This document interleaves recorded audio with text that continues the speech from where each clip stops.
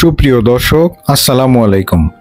সুনামগঞ্জের সাতকে গণকাই রশিদিয়া মাদ্রাসায় প্রথমবারের মতো অনুষ্ঠিত হচ্ছে বাংলাদেশের এদারায়ে তালিম কেন্দ্রীয় বোর্ড পরীক্ষা।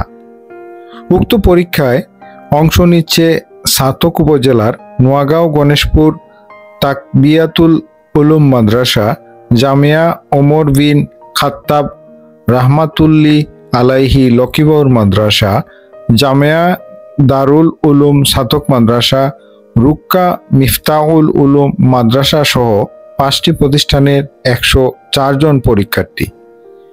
12 ফেব্রুয়ারি থেকে 19 ফেব্রুয়ারি পর্যন্ত মোট 8 দিন পরীক্ষা চলবে। পরীক্ষার শুরুর দিনেই উপস্থিত ছিলেন সাতক রশিদিয়া মাদ্রাসার শিক্ষা সচিব মাওলানা মঞ্জুর আহমদ। এছাড়াও মাদ্রাসা পরীক্ষায় উপস্থিত ছিলেন দায়িত্বশীল শিক্ষকবৃন্দ।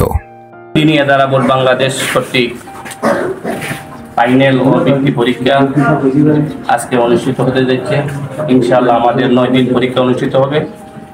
দেশবাসী এবং সবাই জন্য আমরা দোয়া প্রার্থনা করি, আল্লাহ পাক যেন আমাদেরকে পরীক্ষা সুষ্ঠুভাবে স্বচ্ছভাবে লওয়ার তৌফিক দান করেন এবং আমাদের তালাবা ছাত্রগুলি যেন সুন্দর এবং সুষ্ঠুভাবে নির্বিঘ্ন পরিবেশে সততার সাথে পরীক্ষা দিতে পারে।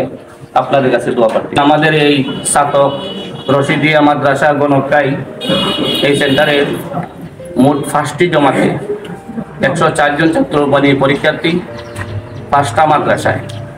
আলহামদুলিল্লাহ মিশকাত শরীফ তথা ফজিলতকে নিয়ে নুরানি 3য় শ্রেণী পর্যন্ত আমরা প্রায় 104 জন ছাত্র আমরা এই সেন্টারে পরীক্ষা নিব।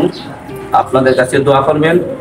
আর এই 5টি মাদ্রাসা হইল, একটা হইল গিয়া এই যে সাতক গণকাই, একটা হইল গিয়া গণেশপুর, আর একটা হইল লক্ষ্মীবাবুল, আর একটা হইল গিয়া দারুল সাতক, আর একটা হইল রুক্কা মাদ্রাসা। আপনারা দোয়া করবেন, আল্লাহ পাক যেন আমাদের ছাত্রগুলি সুস্থ এবং সুন্দরভাবে পরীক্ষা দিতে পারে এই কামনা করে।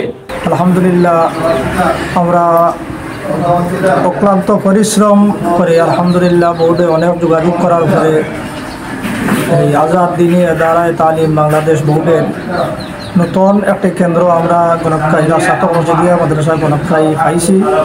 আলহামদুলিল্লাহ আমরা এই সেন্টারটা এবছর যদি সুন্দরভাবে চলে তো আগামীতে আলহামদুলিল্লাহ আমরা এই সেন্টারটা অব্যাহত থাকবে। আমরা সবার কাছে দোয়া প্রার্থী, আমরা এই সেন্টারটা যেন ভবিষ্যতে এভাবে সুন্দরভাবে অব্যাহত থাকে, সবার কাছে দোয়া কামনা করি।